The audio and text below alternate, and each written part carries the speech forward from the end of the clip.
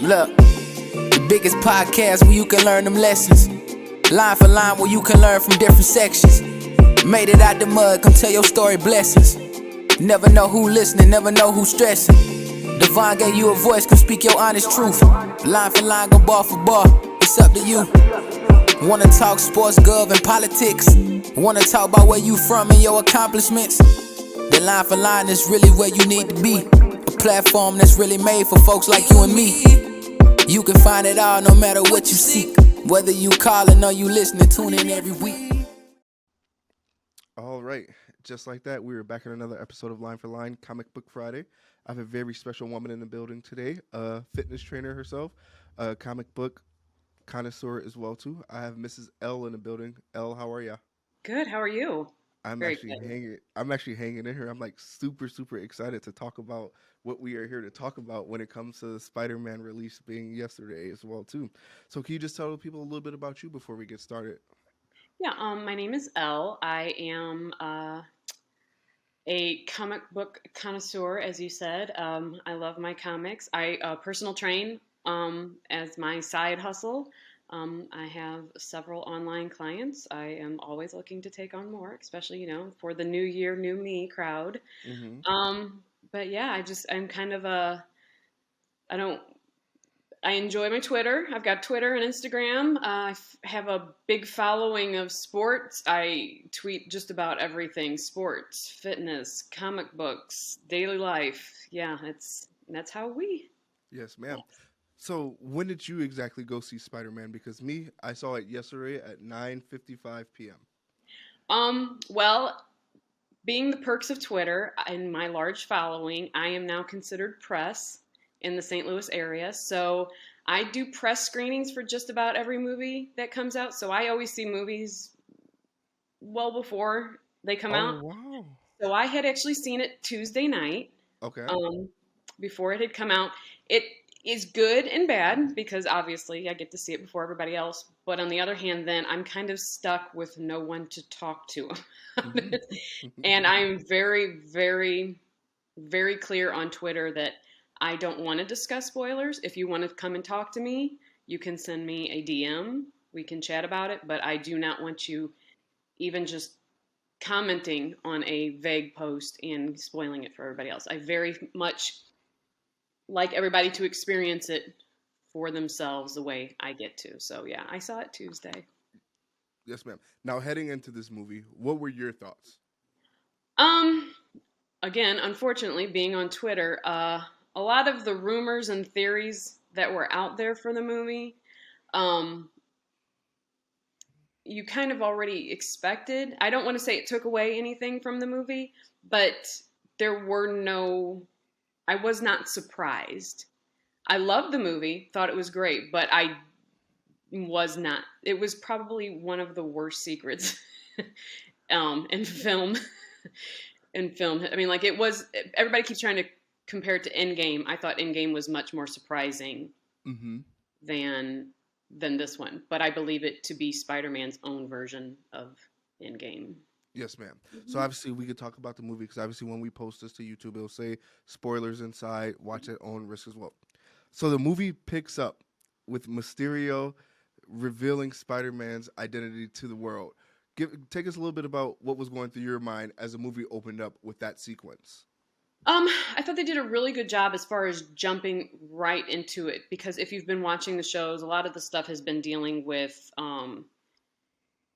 everything years after the snap, after the blip so far. Mm-hmm. So they did a really good job as far as instantly throwing you into, bringing you right back to this is where we left off.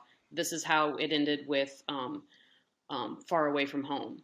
Mm-hmm. Here Mysterio threw some threw some hijinks into the plans, kind of really made Spider-Man the number one enemy, or at least just revealed him. And you have two groups of people: some that believe Mysterio to be right, some believe to be on Spider-Man, Team Spider-Man.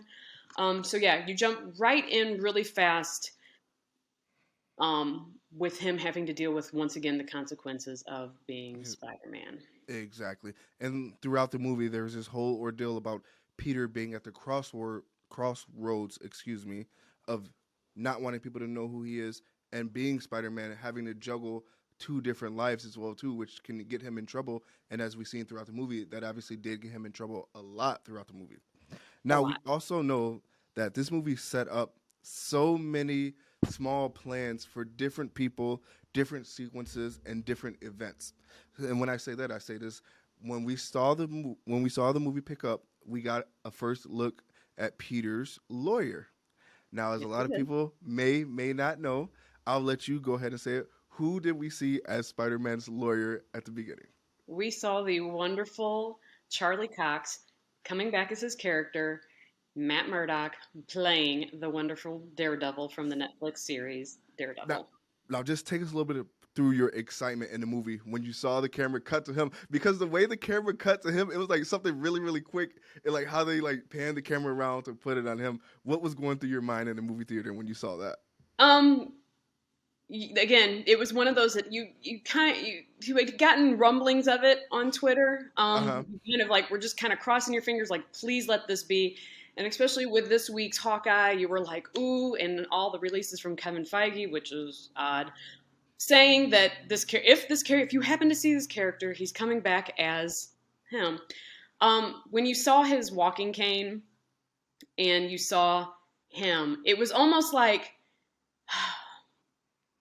you get kind of deep breaths of oh, Mm-hmm. good, they're back. Like I think that kind of was like the feeling you got throughout the rest of the movie. Is like oh, a nice little piece of reminder of Mm-hmm. of everybody. And his scene got the biggest reaction in the screening crowd that I was in, Mm-hmm. by far, because I think like the other two were no, the other reveals were kind of known. Mm-hmm. So his, I don't think maybe too many people had heard. So when he was finally revealed, big reaction. I thought his scene was epic. I think Mm-hmm. Charlie Cox loves playing this character. I think it comes across every time, everywhere. If you follow him on Twitter, on county social media, this man loves this character. I was so glad to see him back. Exactly. Now, with that being said, do you think we will get the Defenders in the MCU? Because obviously they opened the door for Charlie Cox. Do you think that leaves the door open for them to cross over into the MCU? Definitely, especially with the way Spider-Man ends. I know this is you'll say spoiler alert, but with the way Spider-Man ends, it very much takes him out of the global universal market and makes him much more localized due to what's going on. It makes Spider-Man much more localized because of how it ends.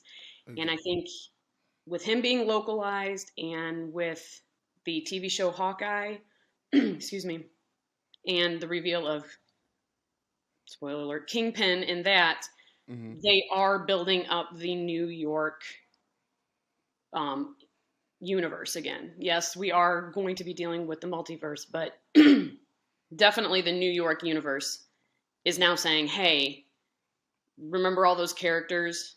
We're going back to this one kind of segment. And I think they could really, really take Peter out of the Avengers market and bring him back into the huge market that is the New York environment for Marvel. Yes, ma'am. Now, with the Daredevil thing, like you said, that was a pretty big issue, pretty big deal.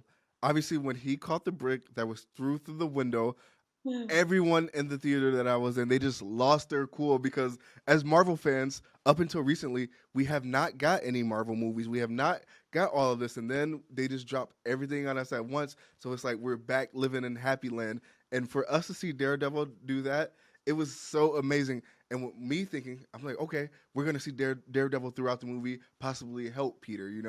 I was waiting for that. I was waiting for that. Why do you think we didn't get that? Do you think that would have been too much to throw him more in outside of just being the lawyer? Yeah, I think they did it perfectly. I think they introduced him as he is. They Mm-hmm. introduced him as a lawyer, which that's who Matt Murdock is. But they threw in that little extra element of the catching the brick and Mm-hmm. him just blowing it off by saying, "I'm just a really great lawyer." Like even Peter was like, "I don't know who you are," but Mm-hmm. now even if everyone else is unaware of who he is, Peter has that knowledge of there's another guy in New York that was a little, outside of Doctor Strange. There's another guy I recognize that could be of use to me. Hmm. I think it was perfect to just drop him into that. I don't think we needed too much of him because then it becomes, is this a Daredevil Spider-Man movie or is this a Spider-Man movie? And I Yeah. think we're going to get, I think this week was perfect with Hawkeye and Spider-Man to give you just that little hint of these New York people are still there. We haven't forgot them. We're going to drop them in. But let's remember that this is still a Spider-Man movie. I think it would have been too much. Yes, ma'am. What would you say you were impressed by the most with Peter in this movie?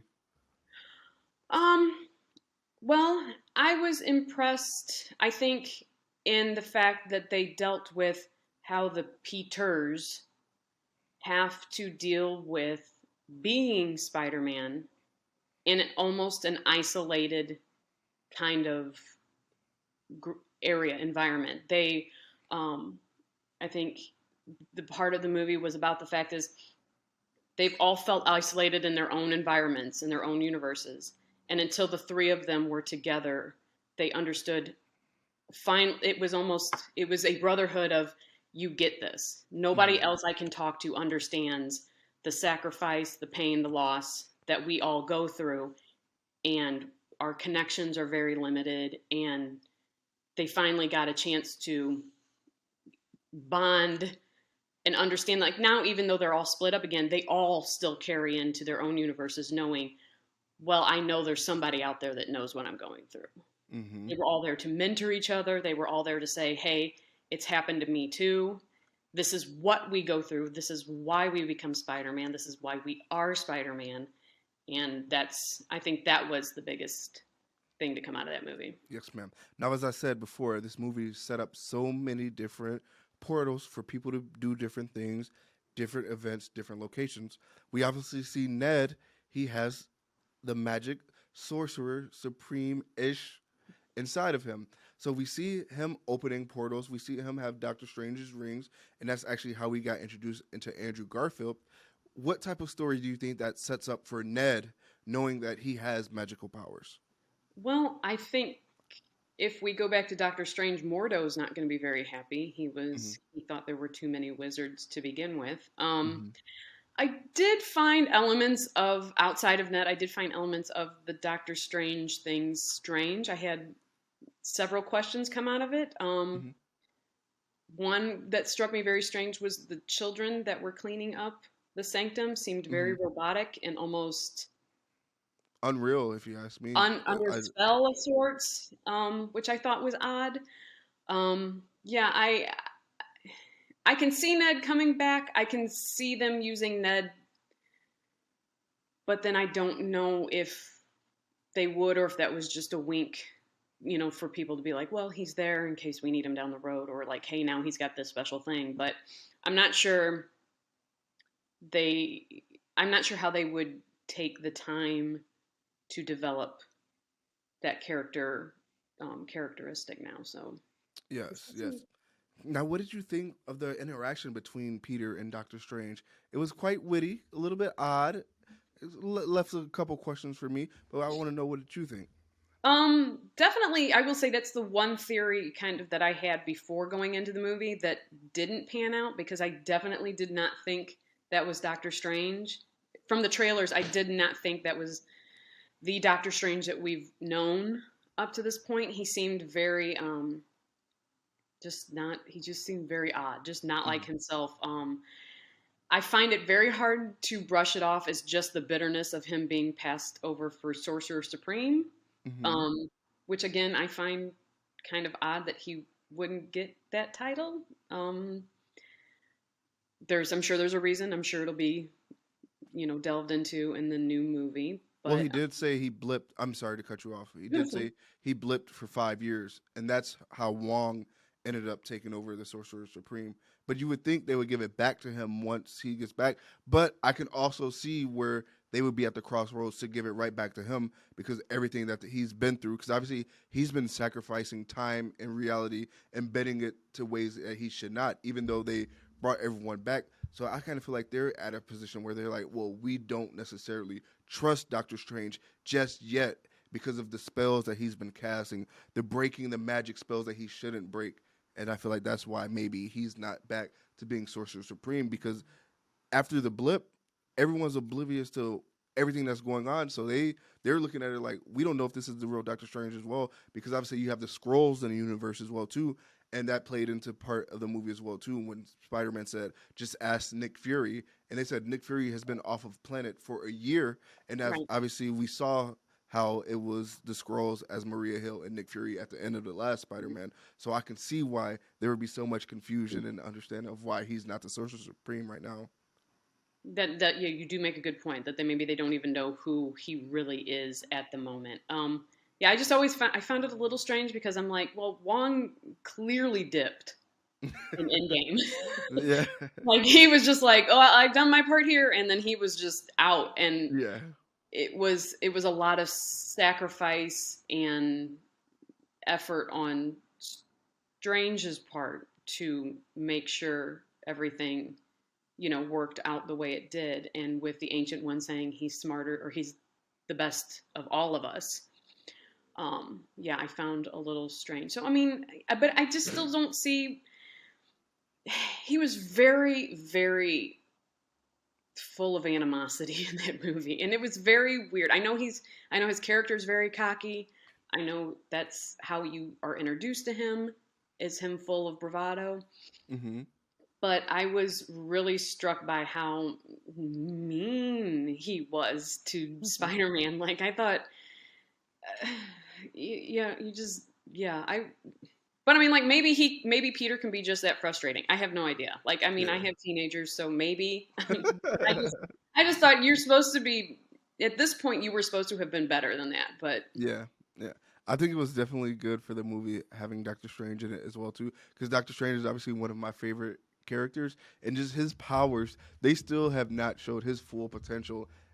We haven't seen anyone's full potential in any of the movies, and that, not to get off track, but Hulk has definitely been the biggest loser when it comes to like their full potential in the MCU movies, because man, that is not the Hulk that we know, especially if they show the gamma radiation powers that he actually have.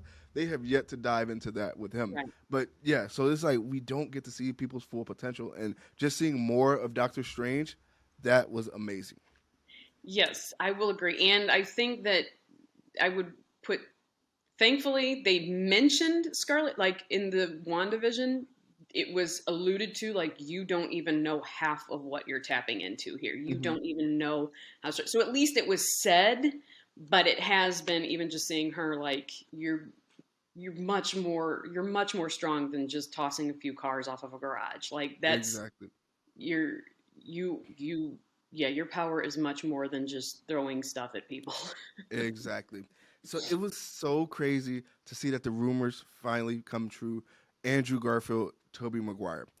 Take us back through the eruption in the theater when we saw Andrew Garfield first. Like for the screeners, there wasn't, like I said, Charlie Cox got the biggest one by far. There Oh was, wow. yeah, no, that was the one where I think where most people were like, really didn't know about that. I think most people were expecting the other two to show up, and so when they did, it was kind of more like, oh, good, the like what we believed is coming true.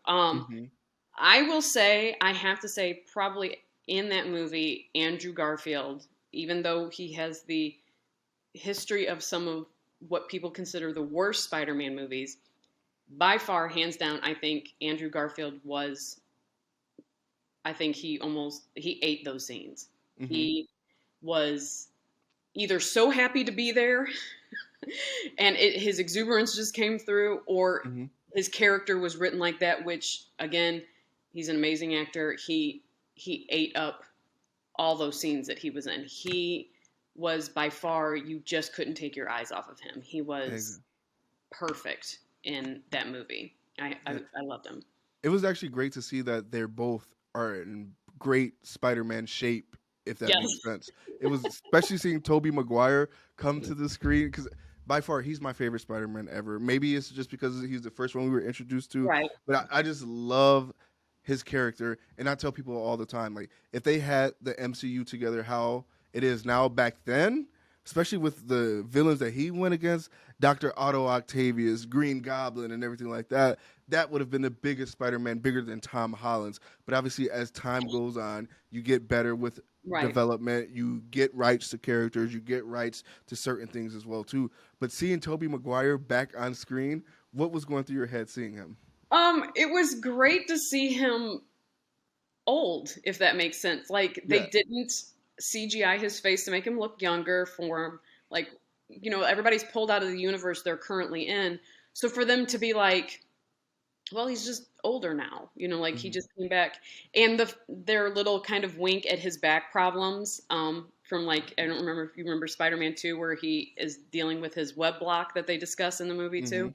And he jumps off the building, hits the cars, and he's like, It's like my my back. back. Yep.